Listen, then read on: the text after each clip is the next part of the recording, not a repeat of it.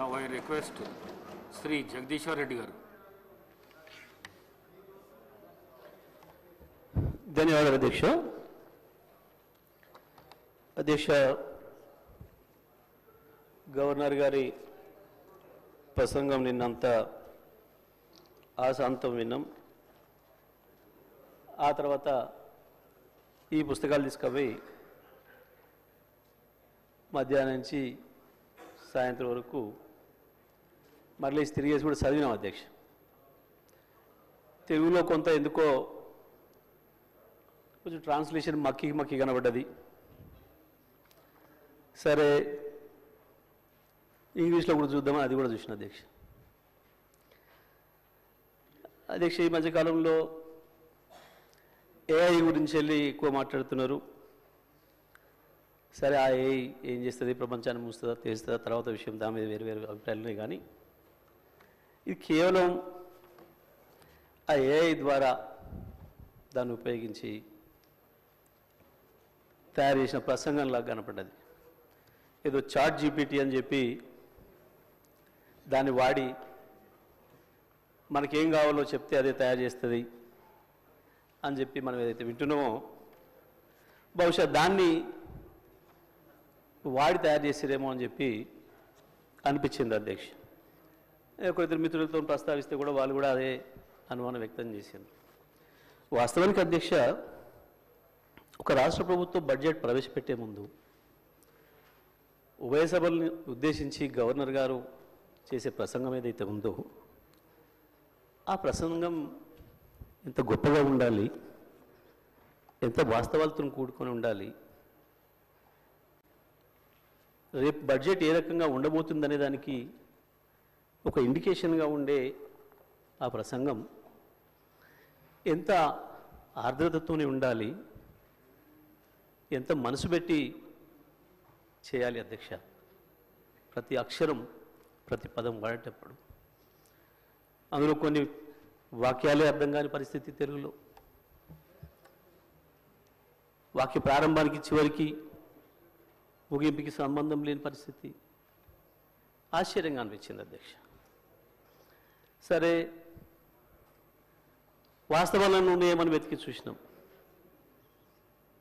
ఎక్కడ ఒక వాక్యం కనపడలేదు. నిజంగా ఎంత డ్రైగా ఉంది అంటే, ఎంత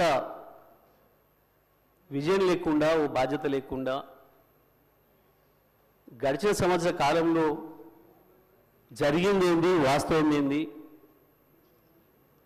భవిష్యత్తు ఏంది, ఏమన్నా ఒక అక్షరం కనపడుతుందేమని చూస్తే ఎక్కడ అక్షరం లేదు అధ్యక్ష. వాస్తవానికి మనసు పెట్టి చేయాల్సిన పని, పాపం ఆ మనసు కవి ఆత్రేయ అని ఉండేది అధ్యక్ష. ఆయన కనుక ఉండుంటే ఇది చూస్తే పాపం ఆత్మహత్య చేసుకునేవాడు. ఇంత మనసు లేకుండా పనిచేస్తే ఆ ప్రభుత్వాలు, మనుషులు ఇంత దరిద్రంగా ఉంటుందా అని ఆ రకంగా ఉంది అధ్యక్ష. ఇది అధ్యక్ష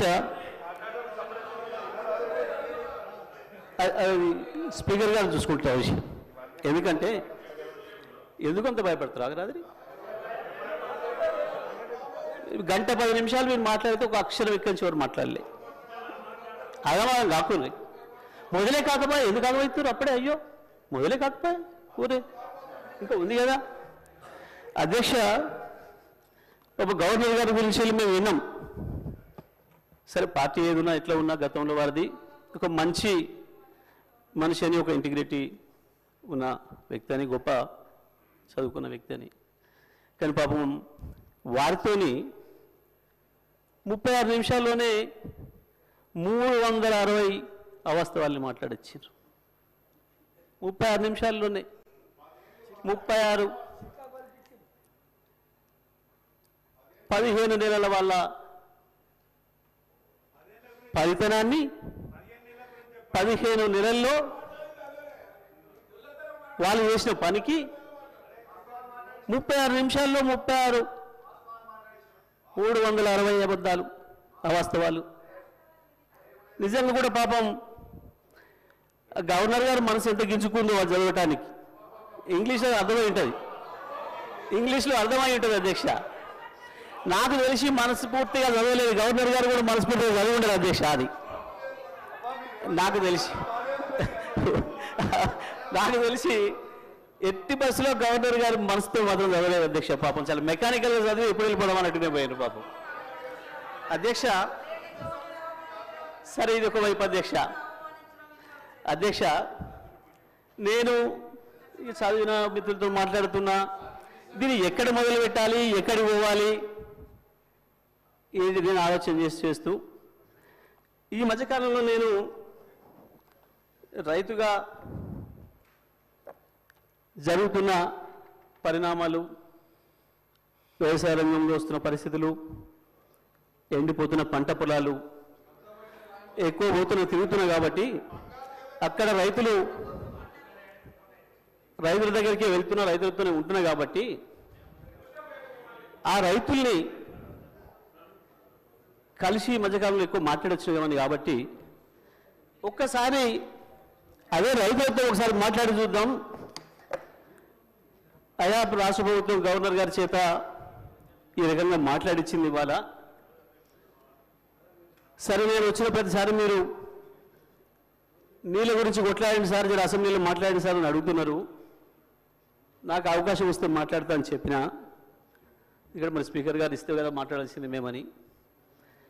సరే, నా అదృష్టం కొద్దీ మా అధ్యక్షుల వారు, మా నాయకులు కేసీఆర్ గారు దీనిపైన నన్నే మాట్లాడమని చెప్పిండ్రు.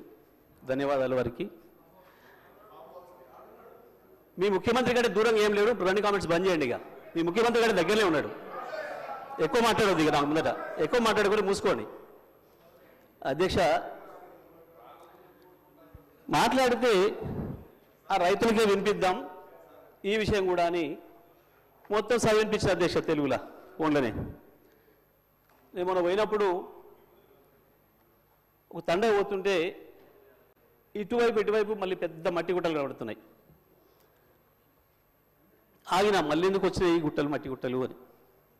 బావులు తీయడం మొదలైంది అధ్యక్ష. మళ్ళీ సరే చూద్దాం ఈ బావికి ఎంత ఖర్చు అయింది, నీళ్ళని ఊరుతున్నాయని చెప్పి కారు దిగి బావి దగ్గర పోయినప్పుడు అక్కడి నుంచి గొర్రెలు వస్తున్నాయి, గొర్రెలు కాసుకున్నాయి రైతులు, గొర్రెల కాపర్లు కూడా, సోదరులు కూడా వచ్చారు. వాళ్ళకే చేసిన అధ్యక్ష. వెంకట్రాములు, రాజయ్య ఇద్దరు ఎందుకు రైతుల గురించి అనేది భయపడుతున్నారు, గొర్రె కాపర్లు రైతులనే భయపడుతున్నారు అధ్యక్ష. వాళ్ళకే మాట్లాడిన అధ్యక్ష నేను. ఎందుకంటే ఇది ప్రజలకు సంబంధించిన బడ్జెట్ కాబట్టి ప్రజలతోనే మాట్లాడినా మీలాగా కమిషన్లు ఇచ్చినట్టు మాట్లాడలేదు. నేను రైతులతో మాట్లాడిన అధ్యక్ష. మా వెంకటరామయ్య, మా రాజన్న ఇద్దరికి వినిపించిన, మా రవినాయక్ కూడా వినిపించి ఇది ఏం మాట్లాడలేదు దీని మీద, నేను ఎట్లా అనిపిస్తుంది అని అడిగిన. ఇలా నీకు అర్థం కాదే ఉంది సార్, దీంట్లో మా ఊర్లే వెంకటయ్య అని ఉండే, ఆయన ఊర్లో ఏతుల వెంకటయ్య కూడా అందరూ ఆయన కథ ఉంది ఇలా అన్నారు. ఏం కథ అని అడిగిన. ఏ లేదయ్యా, ఒకరోజు పొద్దున్నే ఆయన భార్య సర్పంచ్ కాడికి వచ్చింది, వచ్చి కంప్లైంట్ చేసింది, మా వెంకటయ్య నన్ను కొట్టిండు, జర పిలిపించి మాట్లాడమని చెప్తే ఆయన పిలిపించిండు పెద్ద మనిషి. ఎందుకు కొట్టి ఏం సంగతి అని అడిగితే, నేను మా అమ్మగారింటికి నువ్వు పాలు వేయద్దుమని అన్నాడు, నేను పోస్తా అన్నా, నువ్వు పాలు వేస్తే ఊరుకోను అన్నాడు, నేను పోసి తీరుతానంటే నన్ను కొట్టిండు. పాలెక్కడి, నీకు బర్రె లేదా పాలెక్కడి అని చెప్పి ఆయన పెద్ద మనిషి అడిగింది అధ్యక్ష. అడిగితే నాకు 4 బర్రెలు ఉన్నాయి అన్నాడు అధ్యక్ష. ఈ 4 బర్రెలు ఎక్కడిదా, నీకు ఒకటి కూడా లేకపోయా, మా ఊరందరం చూస్తుంది 50 మంది ఉన్నాం, అందరూ తెలిసి నీకు బర్రెలు లేవా ఎక్కడిదా అంటే, అధ్యక్ష పోయిన బర్రె దొరికితే, సచ్చింది బతికితే, పోయింది దొరికితే, మా అత్తగారు ఒకటి పెడితే నేను ఒకటి కొంటే నాకు 4 బర్రెలు ఉంటాయి, నాకెందుకు 4 బర్రెలు అన్నాడు. ఇది కూడా అట్లనే ఉంది అధ్యక్ష ఈ గవర్నర్ గారి ప్రసంగము. అంతకు మించి ఒక అక్షరం కూడా తేడా లేదు. ఎక్కడ ఇచ్చారు అధ్యక్ష? రైతులకు రుణమాఫీ చేసినారు, రైతు భరోసా ఇచ్చినారు. 12,000 రూపాయలు నా ఈడిఎస్ కార్మికులకు ఇచ్చినారు. 12,000 రూపాయలు నా ఆటో కార్మిక సోదరులకు ఇచ్చినారు. 2,500 రూపాయలు మా మహాలక్ష్మి అక్క చెల్లెలకు ఇచ్చినారు. రైతులకు బోనస్ ఇచ్చినారు. తోం బంగారం ఇచ్చినారు. ఏమి ఇచ్చిన అధ్యక్ష? నా విద్యార్థి సోదరులకు స్కూటీలు ఇచ్చినారు. అధ్యక్ష 2 లక్షల ఉద్యోగాలు ఇచ్చి సంతోషంగా పెట్టినారు. ఎక్కడిచ్చిన అధ్యక్ష? ఎక్కడిచ్చి